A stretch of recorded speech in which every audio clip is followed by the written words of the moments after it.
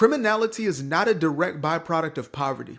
There are areas, there are groups of people, there are certain cultures where, regardless of how impoverished you may be, criminality is shamed. Instead, criminality is a byproduct of culture. So when you have a gang culture, when you have a quote unquote rap culture, when you have a culture of degeneracy that not only allows for such behavior, but even promotes those behaviors, you're going to have the criminal element. Example, I live in California for a majority of my life thus far, right? About 18 years. I got to see how places like San Francisco went from being places you could just visit on the weekend, every other weekend, and enjoy yourself on the wharf, move around feeling safe, to where you can't even park your car without the fear of your car being broken into. You can't leave it for 20 minutes outside of a Starbucks in the fear that something may happen while you're in that store. It's gotten to a place where if you're a store owner, you have to budget in the crime. You have to budget in the losing merchandise. And the government, this far left Marxist government that's been put into position, they legislate the shit. They incentivize it. There was a law in California that was just now revoked of you can steal upwards to $950 worth of merchandise per person. So you would have 10, 15, 20, 50 people showing up in a parking lot and just bombarding a spot and wiping out $500,000, $250,000 worth of merchandise like that. And you as a store owner just had to put up with it. And if you did something, you would be in more trouble than those individuals. If you're a security guard and you beat that person to the ground, you're going to be liable. And that person's going to get a slap on the wrist for stealing merchandise. That is a culture that incentivizes and promotes criminality. And unfortunately, we find ourselves in spaces such as the quote unquote black community. Because really, what is the black community, right? That's kind of just terminology that's handed over to us. Just because they're skin folk doesn't mean they're kinfolk. That's the old saying, right? All skin folk ain't kinfolk. You might be looking at me and saying, oh, he's a sellout. I don't like what he's saying because I don't agree with it. So I'm not your kinfolk. Just because we look the same doesn't mean we're the same people. If we hold the same values, if we hold the same morals, the same standards that we keep for ourselves, then we are more resonant than we are based off of just something as superficial as whether or not you're melanated, right? But back to the point at hand, I wanted to get into this idea of like the stop snitching or no snitching culture, which is street culture. It is gang culture, right? And how this is infiltrated in the most devastating ways, where law enforcement is seen as a burden upon the communities that need it most.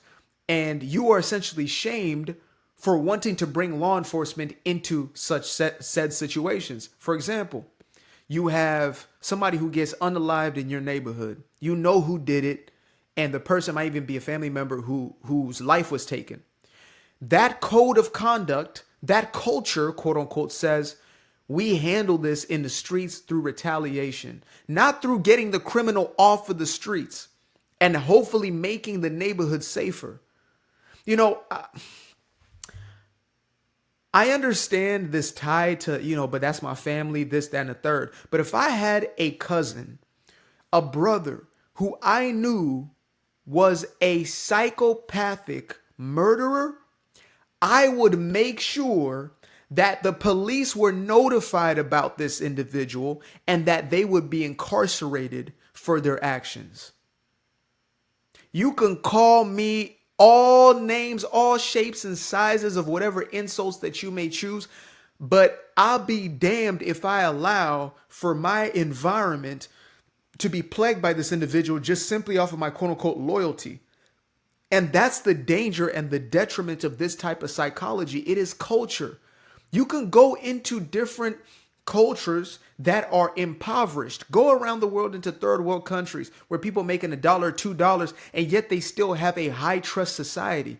Yet you can still go in these places and feel safe, right? There's even places in Africa you can go right now. People are destitute, but I was walking the streets in a place like Tamale, Ghana, or in a place like certain places in Accra. You might think differently if you're in Ghana, but I walked through certain places at 1, 2 a.m. at night around all black folk, and it was all good. Yet if I go in a place like SF, Oakland, If I go somewhere like Baltimore, Memphis, in daytime, I wouldn't even feel safe. Daytime, people who look just like me wouldn't even feel safe. That's a cultural problem. That is a cultural problem. I'm about to do like Umar Johnson does. He said it 3 times to make sure it's emphasized. I've come to recognize that obviously, as is in our own personal lives, we are our own greatest ally and we are also our own greatest enemy, right? We are the only one who's capable of changing the outcomes of our lives. And unfortunately, we have become so allergic to personal accountability. We've become so allergic to somebody trying to course correct us that we would rather continue to perpetuate the suffering and, level of toxicity that creates more of these generational curses than we would confront what the hell is actually going on. To be honest about the way in which we're moving and how it is the reason for the outcomes that we're getting. We want to blame external factors. It's racism, it's homophobia, it's sexism, it's this, is that. Oh, Kamala, she obviously lost because of sexism and misogyny. No, she lost because she's an inferior candidate. She lost because she was not running on the basis of what the people actually wanted at scale, but instead off of their wacky, cuckoo, woke ideas. That's why she lost. She lost because she's not any good at the job. If Tulsi Gabbard was in that position, she would have been likely to get the nomination, right? If her policies and what she was going to do for the country, if that made sense, we would gladly put a woman in that position, a woman of color, if you want to even go to that extent, right? Even, well, I was gonna say Michael Obama, but that might be a stretch. I mean, again, the Dems would vote for her at astronomical numbers, right? Simply off of the fact that that individual is able to articulate themselves. He, her, they, them, whatever they may be. I'm not, that's none of my business. I digress. The point being is we misdiagnose the problem, and sometimes we do it purposely and intentionally in order to kind of remove the seeming shame off of us instead of introspecting. And, some folks try to tell me, well, you probably bully, you probably, well, you weren't part of it. That's why you an outsider. Actually, I sold dope from 14 to 19 years old. I lost 3 of my very best friends to this lifestyle. 3 of them OD'd. 1 of them is in and out of jail, has been for the last 10 to 15 years. So that's what I'm coming from. That's what I knew. That's the lifestyle that I got myself involved in. And that's the way in which I was living because I believed that this was normal. I believed that this was the way in order for me to fit in. Now in hindsight, I know that was never me. I never actually fit into that because that lifestyle is for degenerates. That lifestyle is for socio and psychopaths. Those are the only ones who thrive in that street culture, in that hood culture. There's a lot of good dudes and good ladies, like good-hearted people who are in that lifestyle who don't want to be in that lifestyle and find their ways out of it. But the fact that we promote it and we create these monuments, we create our idols in the likeness of this gangster mentality, of this street mentality, this rap culture, this degenerate culture. This is the problem. People always ask me, okay, so what's the solution? The solution is to choose a different culture. It's to choose a different way of being. What is culture? It is what you value. What are the value systems? Okay, value family, value a work ethic. Value going out there and actually going to create something without screwing the next person over. Value honesty, value integrity. These are the solutions. These are the ways of being that make for a greater society, a high trust society. You can go into a place like Japan. You can walk into the Apple store, pick a phone up without, they trust one another out there. Obviously, when we start bringing our foolishness into there, now they got to lock down. There's a reason why profiling exists, folks. Oh, that's so racist. That's just racism. No, what it is intelligence. If I see a certain type of individual walk into my place of business and rob me 3 to 5 times, yeah, fuck it. You got to rob me 2 times or even 1 time, and I'm going to start looking out for it. Pattern recognition. Until you start moving differently and start having a different representation. And I know I'm not just speaking for, I'm mostly not even speaking for white folks. I'm speaking for folks who look just like me, who are so sick and tired of it. I get messages every single day like clockwork of folks saying, thank you for speaking out about this, because If you do, you're going to get persecuted. And I'm okay with that. I'm okay with people shooting arrows in my back. No weapon formed against me shall prosper, period. None. None. So you can call me whatever name, you can threaten my life, you can dox. I don't give a damn what you try to do, but the truth will be the truth forever. And I will continue to speak this word. And I will continue to make sure that people know that they're not like us for real. That if you really want to, they're really not like us. People with that type of temperament and mentality, I don't own that. That's not us. That's not us. That's a degenerate way of living. And too many people fallen into it and accepted it as normal. And you wonder why people look at you sideways when you go outside. People might be afraid. People feeling some type of way. And if you are that person and you're living in that sense of degeneracy, you're the problem. You are the problem. You can solve it. If you got a problem, I'll solve it. You can solve it. You can do something different. But that's going to be a choice within yourself. Nobody can do it for you. You over here, the white man needs to give me this and this. No, you need to give yourself a reality check. You need to look at the actions in which you are engaging in. What results are you getting out of life? The results that you get from the actions that you took or didn't take. You mad at somebody who's getting to the bag, but you're mad that you're not getting the results of the work that you did not do. How does that make sense?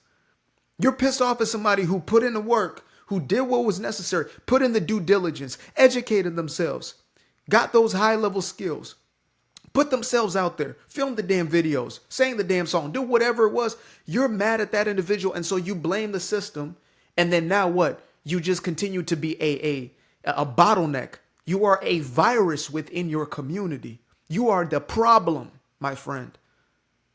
And you are the only one who can be a solution to that. It is not the white man. It is nobody else's job. You are degrading yourself to say that it is the white man who's supposed to fix your problems or any other man. As a man, I'll be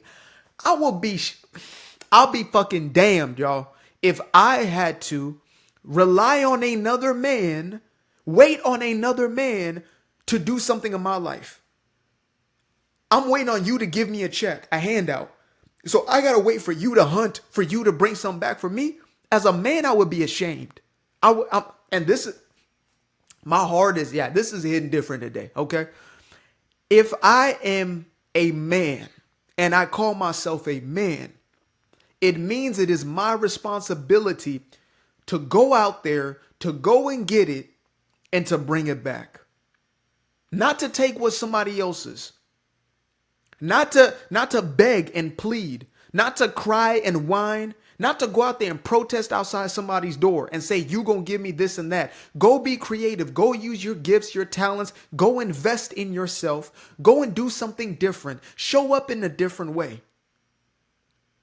Well, it's just racism is the thing that's stopping me. Racism ain't stopping you from learning how to code. Racism ain't stopping you from learning how to edit this damn video. Racism isn't stopping you from learning how to do something productive or to choose to be productive. It is the culture in which you have given yourself, that you have engulfed yourself with, that you call yours. And that's the issue. Period. I used to be afraid of the dark, place unknown like a hardening heart. I used to see my life in the bar. Now the kids unchained, every shackle is lost. 2 steps in the moonlight, 2 step in the daytime. You just know when it feel right. You got a feeling the time's not.